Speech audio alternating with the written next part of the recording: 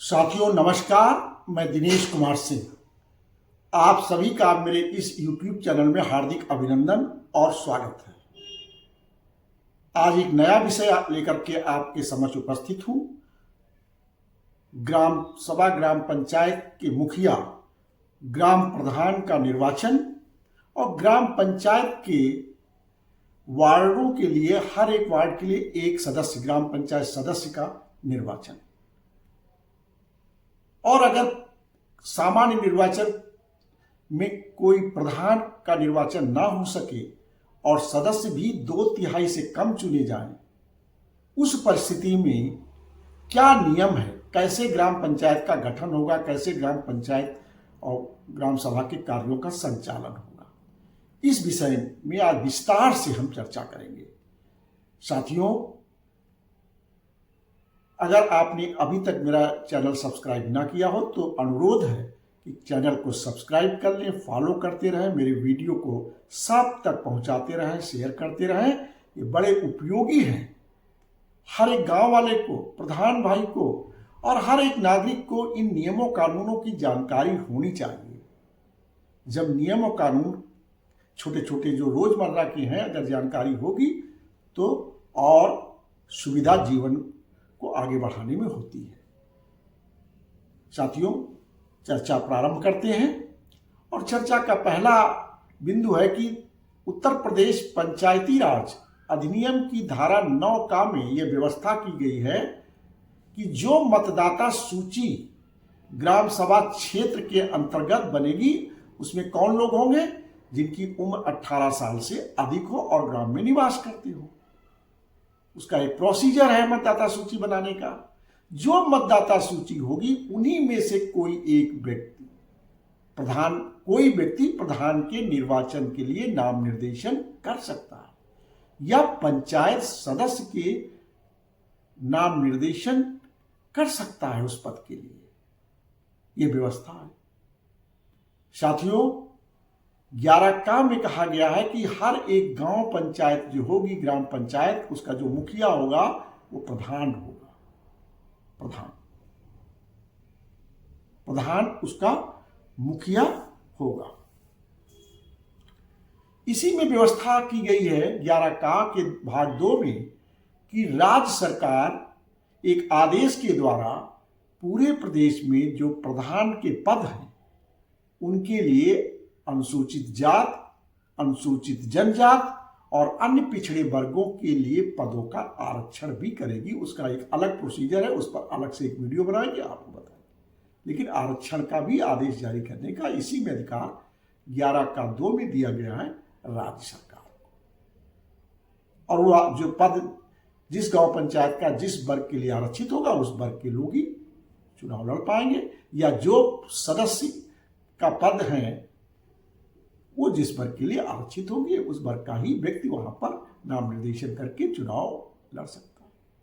साथियों, पूरे प्रदेश में 57,691 ग्राम पंचायतें हैं, 826 क्षेत्र पंचायतें हैं और 75 जिला पंचायतें। त्रिस्तरीय पंचायती राज व्यवस्था पूरे प्रदेश में सन 1992 के 73वें संशोधन के बाद पूरे हिंदुस्तान को एक स्वतः शासन करने की व्यवस्था ग्राम पंचायत लेवल पर, क्षेत्र पंचायत लेवल पर, जिला लेवल पर मिली है।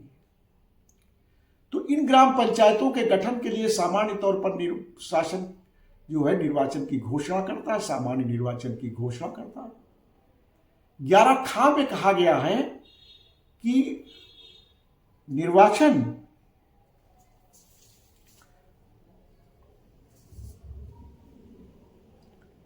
नामावली में जो लोग दर्ज हैं वो लोग अपने में से किसी को प्रधान पद के लिए निर्वाचन करेंगे और उन्हीं में से लोग पंचायत के सदस्य के लिए नाम निर्देशन करने के लिए आहार्य होंगे और वो कर सकते हैं।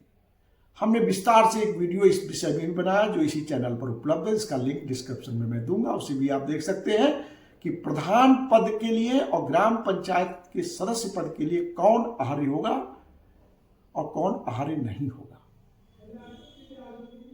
संक्षेप में जिन्होंने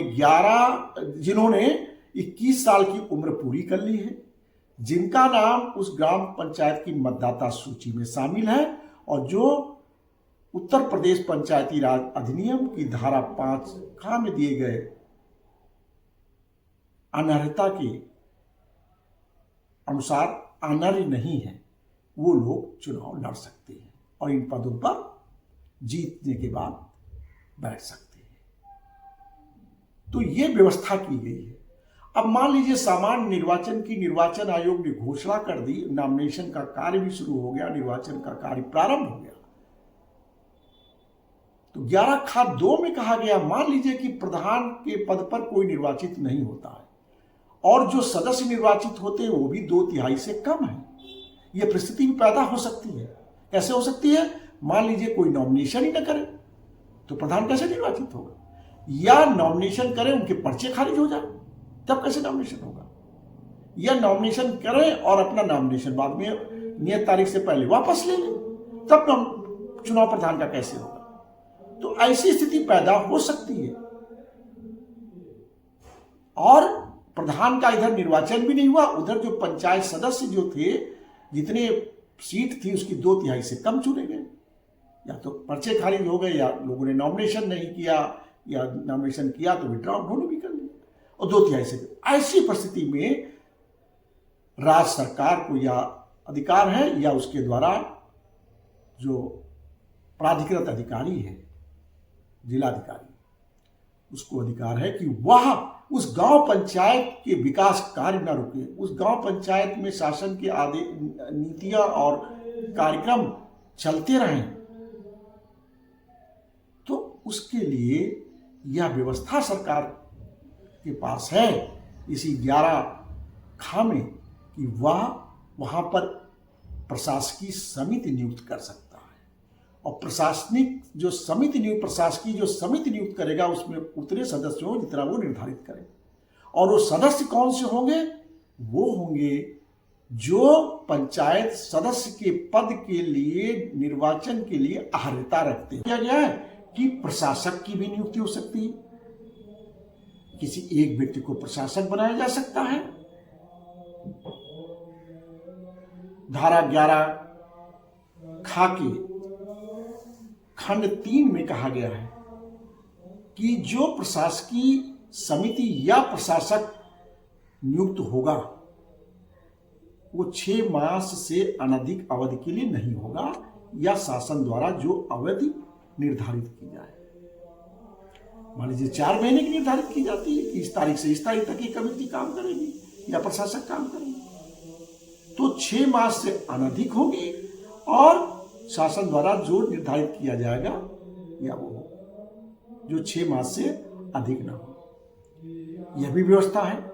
साथियों, इस प्रशासकीय समिति के नियुक्त हो जाने के बाद या प्रशासक की नियुक्त हो जाने के बाद अगर पूर्व से कोई प्रधान या पंचायत के सदस्य हैं तो वो समाप्त माने जाएंगे, क्योंकि इस प्रशासकीय समिति और प्रशासक को वो सारे दायित्व, कृत्य और कार्यों का निर्वहन करने की शक्तियां मिल जाएंगी जो ग्राम पंचायत के पास थी। सारी शक्तियां इसके पास होंगी। प्रशासकीय समिति और पंचायत या प्रशासक इन सारी शक्तियों का, दायित्वों का निर्वहन करेंगे और शक्तियों का प्रयोग करेंगे तथा दायित्वों का, कृत्यों का निर्वहन करेंगे और सरकार की जो योजनाएं होंगी, कार्यक्रम होंगे, क्रियान्वयन होंगे, गांव पंचायत के जो कार्य करने होंगे उन सबको ऐसे कार्य करेगी जैसे वो ग्राम पंचायत हो। उनको ग्राम पंचायत, संगठित ग्राम पंचायत ही प्रशासकीय समिति को और प्रशासक को एक संगठित ग्राम पंचायत ही समझा जाएगा। पूरे अधिकार होंगे जो ग्राम पंचायत के या ग्राम पंचायत की उप समितियों के, समितियों के जो भी अधिनियम के अंतर्गत अधिकार है, वो सारे अधिकार इस प्रशासकीय समिति में या जो प्रशासक जो भी नियुक्त किया गया उसके पास होंगे।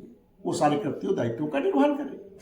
साथियों, अगर सरकार इन समितियों की नियुक्ति के बाद या प्रशासक की नियुक्ति के बाद यह पाती है कि किसी को ग्राम पंचायत में अब चुनाव हो सकता है तथा उसका संगठन किया जा सकता है तो राज्य निर्वाचन आयोग को निर्देश देगी और इसका संगठन के लिए चुनाव कराने के लिए आदेश कर देगी।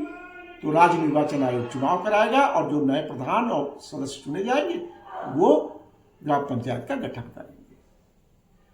साथियों, ग्राम पंचायत के प्रधान की जो अवधि होगी, किस अवधि तक काम करेगा, उसी अवधि तक उसका कार्यकाल रहेगा जब तक कि ग्राम पंचायत का कार्यकाल होता है।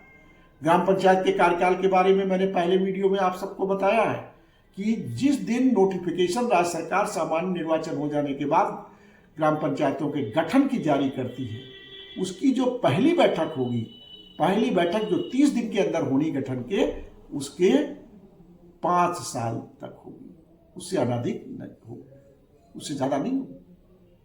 तो जब ग्राम पंचायत का कार्यकाल समाप्त होगा तो प्रधान का भी कार्यकाल समाप्त हो जाएगा, वही अवधि। साथियों, इस तरह आपने इस देखा कि ग्राम प्रधान का निर्वाचन कैसे होगा, कौन पर्चा दाखिल कर सकता है, सदस्य का निर्वाचन कैसे होगा, कौन पर्चा दाखिल कर सकता है। अगर सामान्य निर्वाचन के दौरान किसी गांव पंचायत में ऐसी परिस्थिति पैदा हो जाए कि ग्राम पंचायत का भी प्रधान का निर्वाचन ना हो पाए और जो सदस्य चुने जाए वो 2/3 से कम हो, उन परिस्थितियों में प्रशासकीय समिति या प्रशासक की नियुक्ति का प्रावधान है जो ग्राम पंचायत के पूरे अधिकारों का उपयोग करेगी। बहुत बहुत धन्यवाद। अनुरोध है कि मेरे इस वीडियोस को, इस चैनल के जितने वीडियो हैं उनको सब लोगों तक भेजते रहिए, इससे सब लोगों को ज्ञान हो। जब ज्ञान होगा तो लाभ प्राप्त होगा। बहुत बहुत धन्यवाद।